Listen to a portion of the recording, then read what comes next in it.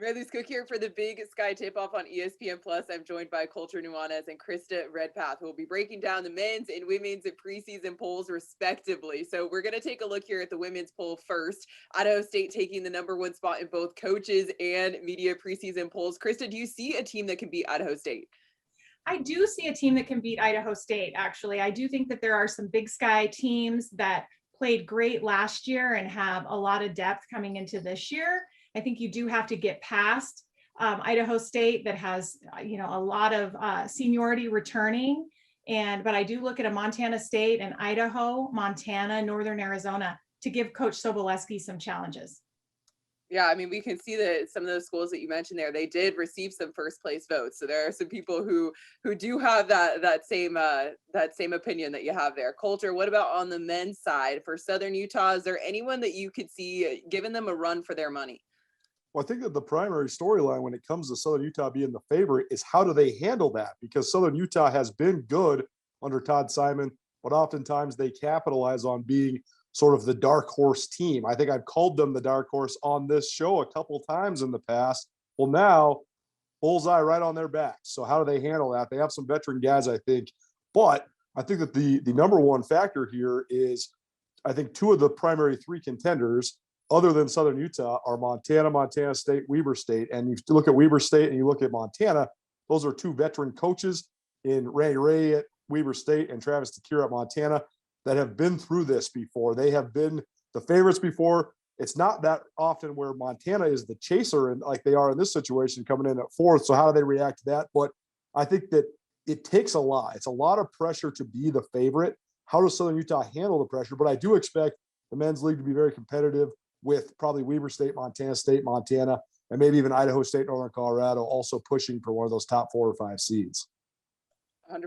Now, Krista, I want to actually kind of just bring something in that Colter mentioned there with Idaho State kind of having a target on their back. How do you think they're going to handle that? Well, I look at Idaho State. They're very poised. They're coached extremely well. I think that they could come in and do some damage. I look at their preseason schedule and I look at them playing Oregon, Gonzaga, and Missouri. And I think if you're Coach Sobolewski, you're looking at those games going, okay, I want to try to get 1 or 2 wins out of that so I can look at seeding for the NCAA tournament, because he has every position covered and he's proven to be there. Even the last 5 or 6 years, Idaho State has constantly been in the mix for one of our final teams. I think you could go down each position and Coach Sobolewski is prepared. Now, Krista, with there being 5 new women's coaches, how do you think that's going to affect the conference race? I definitely think it's going to affect the conference race. I mean, you look at the veteran leaders, obviously Coach Benford going into year 17. You have Coach Newley, Coach Sobolewski entering year 14. And then you have Coach Payne, that's a 5th-year coach. And now she's starting to get her own players in the mix.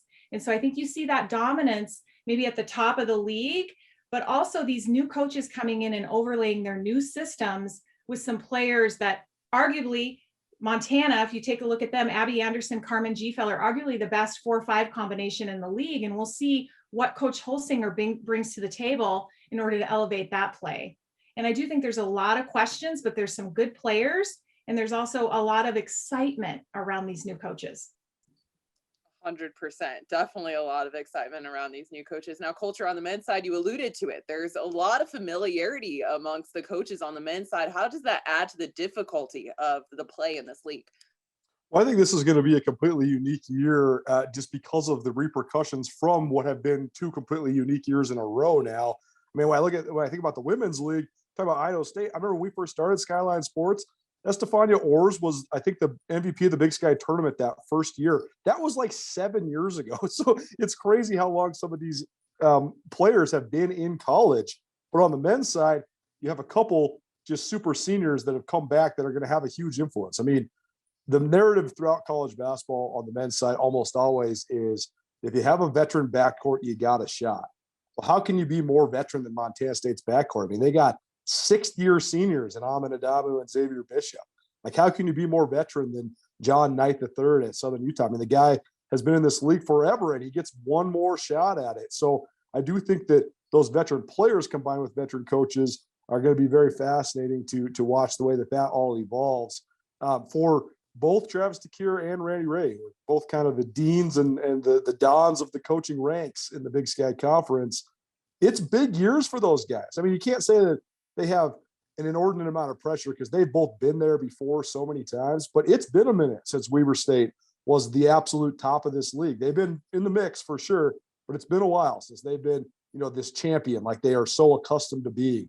Montana as well. Montana had the great run where they won back-to-back titles, went to the tournament, but they've been in this quote-unquote rebuilding mode the last couple of years. Well, the time is now because those guys are now juniors and seniors rather than freshmen and sophomores. So I do think those coaches, big tasks for them because trying to turn the corner, not necessarily where they've been before. They've been trying to rebuild both programs. It's not necessarily a similar scenario that either Coach DeCuire or Coach Ray's been through. But then you got a guy like Danny Sprinkle who's trying to prove that he is one of those guys that belongs amongst that elite coaching rank as well. So it is fascinating, sort of the dichotomy between the veterans and the guys that are sort of the upstart coaches in this league. It definitely is interesting. And going back to what you mentioned there with not only the veteran coaches, but the veteran players as well. That's something definitely that is new and a new opportunity that COVID presented. So that will be very interesting to see. Definitely a lot of excitement entering this new season. Now, when we take a look at these polls, were there any surprises for you, Krista? No, there weren't any surprises. Idaho State is the clear leader. They have the veteran players. They've proven that they should be number one. I think you take a look at Montana State, who came in at number two. They were one of the youngest teams in the U.S. last year. But Coach Binford's depth created a lot of questions early on, but they found their rhythm and they became a powerhouse in the Big Sky. And I think that you have to look at them as a challenge to Idaho State. And then you go down the standings and you can't rule out Idaho. You just can't. Idaho, Coach Newley always puts his team at the top of the conference. And then you take a look at Northern Arizona. Coach Payne has quite a few veterans coming back, and Montana also has strong leadership. So no, when I take a look at that, I think they really got it right with the top five. I think then you also have another level where you have all these new coaches coming in to see where those teams are going to fit into the mix. Krista, I'd love to follow up. You talk about that next tier of coaches. Do you think there could be any dark horses? I know obviously it's tough to tell with them being new coaches in the league, but what do you think there? I think that Sac State has a couple players that are coming back that are awful nice, and we'll see what Mark Campbell can do with that team. I think there's some that just completely have to start over. Eastern Washington has 9 freshmen on their roster, so I think Jody Gleason has her hands full. I look at Chelsea Gregg, who is at Portland State, coached under Lynn Kennedy, and also followed Lynn Kennedy to Portland State from Southern Oregon. And so she's been a part of that championship culture. Just 2 short years ago, Portland State won the championship. And so she has that momentum and has a couple of nice players in Jenna Kilty coming back to the mix. So I think you could see the emergence of some of these teams really coming together with that excitement of new coaching staff with veteran players. Yeah, I mean, I think it's going to be a lot of interest, very interesting to see what those new coaches are able to bring. You brought up some interesting points there. Now, Coulter, what about on the men's side? Any surprises for you? Any dark horses that you think? Well, it's always surprising when it's something brand new. I've been covering this league now for 15 years, and I don't know if there's ever been a preseason poll that didn't have either Montana or Weber State at the top. I guess Eastern Washington has been in the mix there too. Maybe Portland State when Ken Bone was the coach 10, 12 years ago. But we have never seen Southern Utah as the top team in the league. The fact that it's their last year in the league, that just accentuates all the challenges that they're going to face. But I also thought in the top 5, I thought that the teams in the top 5 were accurate, but I thought maybe I would have had Montana State ahead of Weber State only because I think Montana State returns several of the key players in the league. I do think that they have different type of athletes. I mean, I think if Jabril Bello can put it together, I think he's a pro. I'm not saying he's going to the NBA, but I think that guy's going to play some level of basketball professionally if he wants to when his career is finished at Montana State. So you pair one of the most talented big guys in the league with one of the most talented backcourts in the league. I think that gives you an advantage. Obviously, Weber State has a lot of talent as well, but I just thought that maybe I would have flip-flopped Montana State and Weber. I probably would have had Montana ahead of Weber State as well, only because, again, Weber they have one of the great traditions in the league, but they have been sort of stuck right there at the 4th, 5th spot for the last couple of years. So can they turn the corner? We'll see. But then I also thought it was pretty interesting that Eastern Washington got a little bit of respect. I expected the fact that Eastern's top 8 players and their head coach all left during the offseason. I mean, it's not, I don't even know who they really have.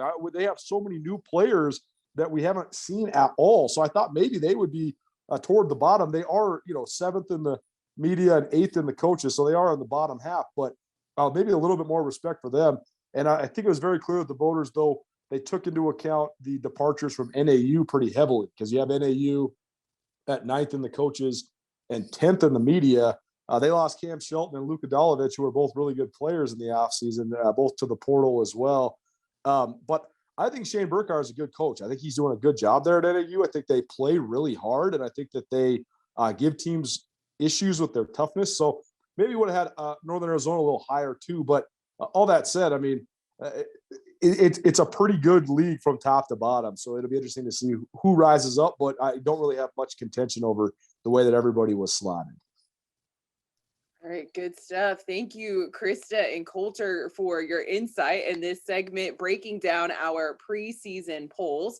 We'll be back later on with them to break down our preseason all-conference teams. But until then, Krista, can you tell our Big Sky fans where they can stay connected with you and follow the work that you're doing?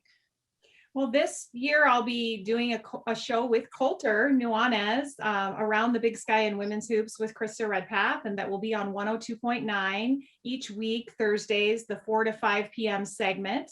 We'll also be televised statewide on SWX Montana, and you can download our podcast after if you're not able to listen or watch live. Coulter, what about for you? How can our Big Sky fans stay connected with you and your coverage? Yeah, you can always check out that Nuanez Now podcast. Got a podcast basically network now with about 5 different podcasts touching on Big Sky Conference things. So your entry points are pretty easy. It's either 1029ESPN.com or SkylineSportsMT.com. And we'll have a lot of crossover there. Krista and my segment will be posted on both of those platforms each week as well. So we'll have a ton of Big Sky Conference coverage, whether it's podcasts or feature stories or news releases or all that sort of stuff. So SkylineSportsMT.com or 1029ESPN.com. Good stuff. Appreciate it. All right. Well, we'll be right back, but we're going to roll on with the Big Sky virtual tip-off here on ESPN Plus. Thanks for joining us.